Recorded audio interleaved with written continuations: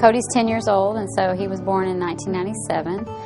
And when he was born, they knew something was wrong. We didn't know while I was pregnant. He had a small head, and so immediately they started some testing, told us he had lissencephaly, and from there we just, it was a whole new world for us. Sophia was born premature, born over in Florida Hospital.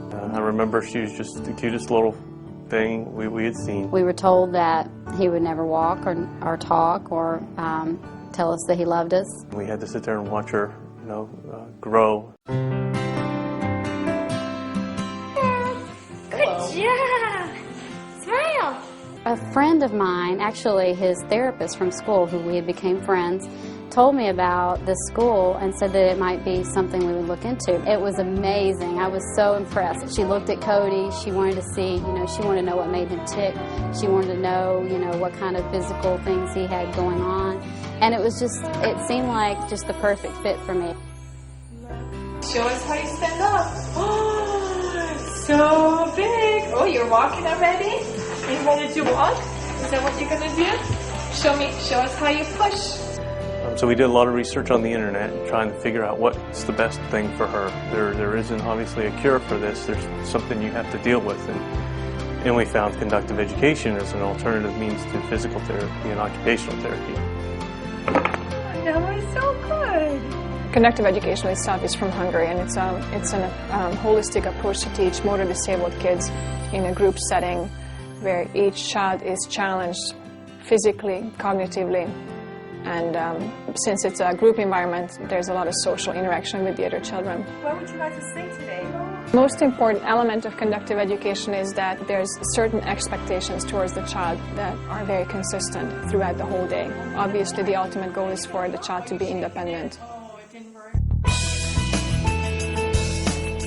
I've noticed so many leaps and bounds because of the strategic way that they go about things. Their whole theology here is different than what he was receiving before. Just from the beginning, I mean, Judith had a different approach than the other people we had been seeing, where she focused on like the positive things Sophia can do, and it was just not so much what she can't do. Look, this is what she can do, this is what we're going to build on, and she gave us a lot of hope. We have very small groups, maximum five children in one class, and each child has an assistant plus the teacher, the conductor, in class with them.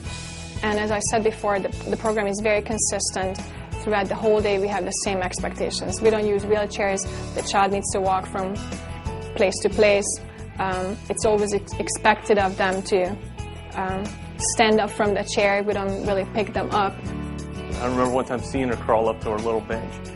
And I know they'd been working on kneeling, and all of a sudden I see her just start to pull herself up onto her knees, and she was on top of the bench playing with things.